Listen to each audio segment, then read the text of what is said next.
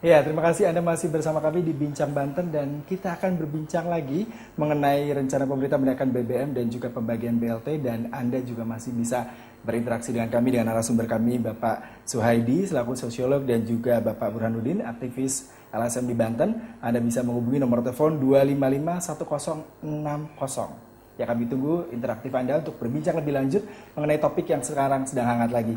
Pak, ini ngomongin tentang orang-orang miskin ya, kemiskinan. Tadi seperti saya katakan sebelum jeda pariwara, ada kemungkinan pertambahan dari BPS mencapai sekitar 33 maksud kami, 0,7% di pedesaan dan di perkotaan sendiri 26,6%.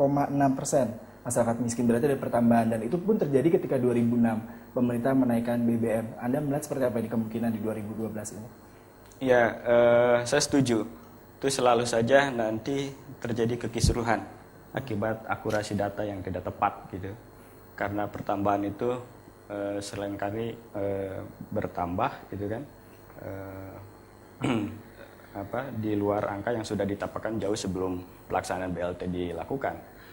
Nah, misalnya kita selalu mengambil data itu dari BPS, padahal BPS melakukan pendataan itu, katakanlah saya mau mengasumsikan di Banten saja misalnya, angka kemiskinan yang ditetapkan oleh BPS sekarang itu angkanya tahun 2010 itu kurang lebih 758 ya, kurang lebih 758.163 orang.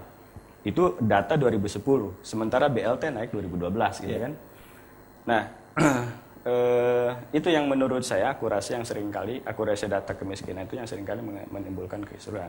Nah, kalau boleh saya misalnya menganalogikan sebagai antisipasi mengatasi kekisruhan itu, kenapa kita misalnya pemerintah tidak menganalogikan terhadap mengakurasi data melalui lembaga tertentu yang khusus memang untuk menangani persoalan BLT. Kalau menganalogikan pada pilkada misalnya, pada pemilu gitu kan ada KPU.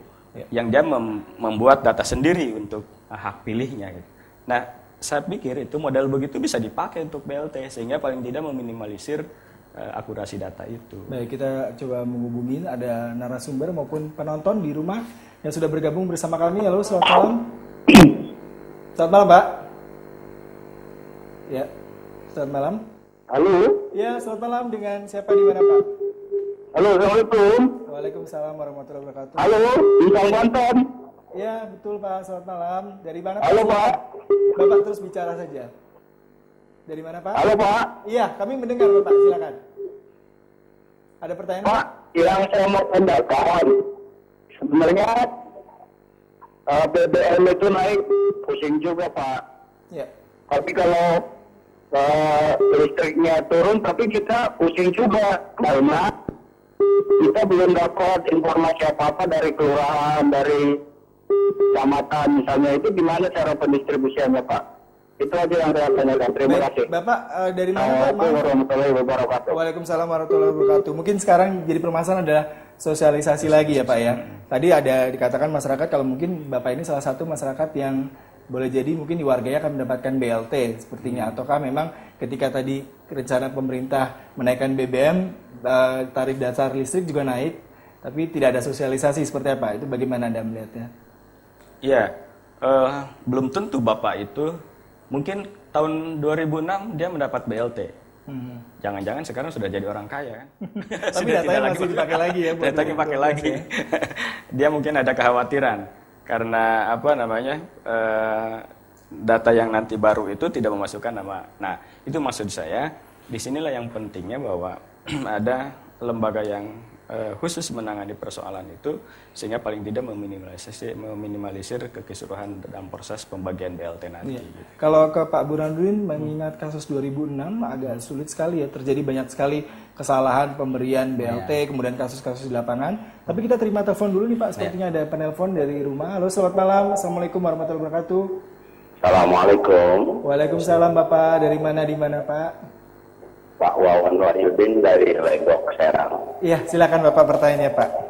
Saya terkesan sekali dengan bincang-bincang ini, baik dari aktivis LSM maupun sosiolog, terkait masyarakat miskin tadi. Menurut saya yang perlu diantisipasi dan dikritisi adalah miskin nasionalisme dan miskin mental. Bagi masyarakat miskin Papua, insya Allah akan menerima toh protes apapun, akan berhadapan dengan suka tidak suka harus menerima. Tapi bagi yang miskin nasionalisme dan miskin mental, di tengah-tengah BBM akan naik, yang terjadi adalah rekening gendut misalkan. Ini kan akan menyesakkan napas bagi masyarakat. Kan itu kemudian juga penimbunan BBM dan lain sebagainya. Kan nggak mungkin masyarakat kecil itu. Karena itu ketika pemerintah kita akan menaikkan, saya mengajak harga BBM naik, harga diri jangan turun. Assalamualaikum. Waalaikumsalam warahmatullahi wabarakatuh. Ya, menarik sekali. Tadi seperti Mas Burhanuddin bilang kalau sebenarnya masyarakat kecil tidak terlalu banyak mau protes nih ya, karena memang tidak ada upaya apapun berat mereka untuk menolak. Tapi Anda melihat tadi bagaimana nih tentang pertanyaan tadi yang menarik sekali statementnya Pak? Jadi kemiskinan memang macam-macam ya. Ada belakangan ini gara-gara ada BLT, gara-gara ada JPS, semua orang, bukan semua orang, maksud saya banyak sekali orang merasa ingin dirinya dianggap miskin begitu ya. Ingin dianggap dirinya miskin, dan ini ada peran pemerintah. Saya beberapa kali mengadakan pelatihan, yang ditanya itu honornya. Jadi sebenarnya kan harusnya, biasanya dalam pelatihan kita kan minta uang ke peserta. Ini kalau ada pelatihan gratis bagi masyarakat, misalnya pelatihan budidaya kepiting bakau, yang ditanya itu ada honor nggak dengan pelatihan itu. Jadi sampai sejauh itu, kerusakan mental itu, ada peran serta pemerintah dengan bantuan-bantuan semacam ini. Ada orang merasa menjadi lebih enak menjadi orang miskin di dapat Indonesia. 150.000 ya setiap bulan ya. Belum lagi nanti ada beasiswa segala macam. Kalau Anda melihat memang ada perubahan karakter dari mental beberapa warga gitu ya. Kita sudah mengatakan ini seluruh rakyat kita seperti itu. Tapi dengan data kemiskinan sudah mencapai 33,7 di perkotaan, Anda melihat seperti apa ini Pak? Iya, betul tadi. Itu pertanyaan dari Pak Wawan itu. Dan sebagaimana dijelaskan Pak Burhan, yang paling repot kita mengatasi miskin mental itu. Sehingga orang yang sebenarnya sudah cukup dalam kebutuhannya, tiba-tiba ketika ada BLT itu mereka mengaku dirinya miskin.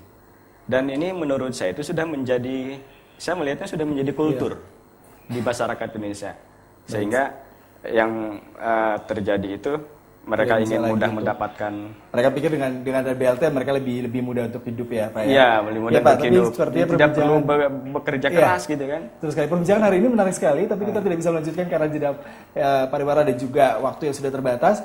Dan pemirsa, perbincangan tadi menutup perbincangan kita pada malam hari ini di Bincang Banten. Jadi kesimpulannya adalah rencana pemerintah menaikkan BLT sepertinya memang tidak bisa ditolak, namun ada beberapa option yang diberikan oleh pemerintah seperti BLT, kenaikan BBM tadi merupakan salah satu solusinya. Kemudian juga ada beasiswa dan juga raskin. Tapi yang paling penting adalah bagaimanapun juga kita harus menyikapi dengan pikiran normal dan juga netral sehingga tidak lagi mengakibatkan adanya kerusuhan maupun chaos di masyarakat. Demikianlah Bincang Banten pada hari ini. Sampai jumpa. Wassalamualaikum warahmatullahi wabarakatuh.